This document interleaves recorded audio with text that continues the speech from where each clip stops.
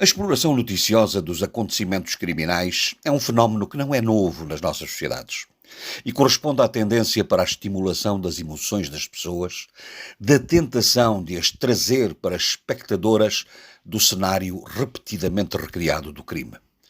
Colocar alguém nesse cenário recriado é fazer dele testemunha privilegiada, julgador moral e agente censor do comportamento dos alegados criminosos. É explorar paixões. Já em 2018, o sociólogo português António Barreto dizia num artigo de opinião crítico das agendas mediáticas e do jornalismo que se pratica que se viviam os diretos excitantes sem matéria de excitação, que por tudo e por nada sai um direto. Figurão no aeroporto, comboio atrasado, treinador de futebol mal disposto, incêndio numa floresta, assassinato de criança e acidente com caminhão. Sai um direto, com jornalista aprendiz, a falar como se estivesse no meio da guerra civil, a fim de dar emoção e fazer humano. Fim de citação.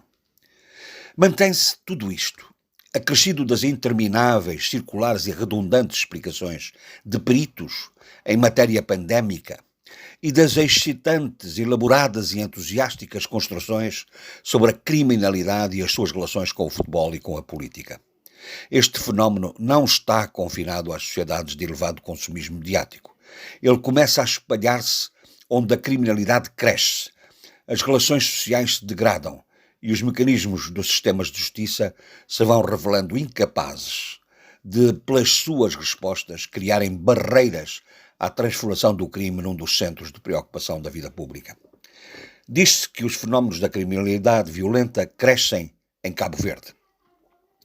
Não sei se essa ideia resulta da avaliação estatística dos casos, tratados e sistematizados na busca de uma explicação, ou se evidencia uma percepção induzida pela maior atenção dos média aos crimes que ocorrem e que hoje surgem numa exposição imparável e nem sempre verificável nas redes sociais.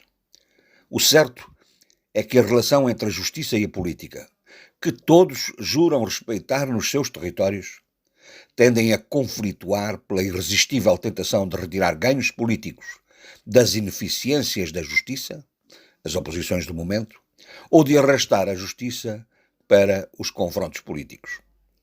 O ministro de Cabo Verde, Paulo Rocha, está no centro de um confronto entre governo, que lhe reitera a confiança, e a oposição do PAICV, que quer explicações políticas sobre o papel numa operação policial de que resultou um morto enquanto era diretor da Polícia Judiciária.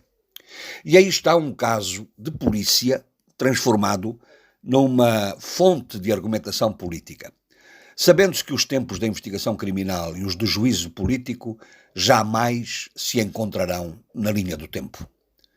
O interessante é que, ao ler o que se passa em Cabo Verde, até parece que o debate é em Portugal, convocada a violação do segredo de justiça pela divulgação de peças da investigação e a invocação da presunção da inocência e da defesa da honra e do bom nome do avisado.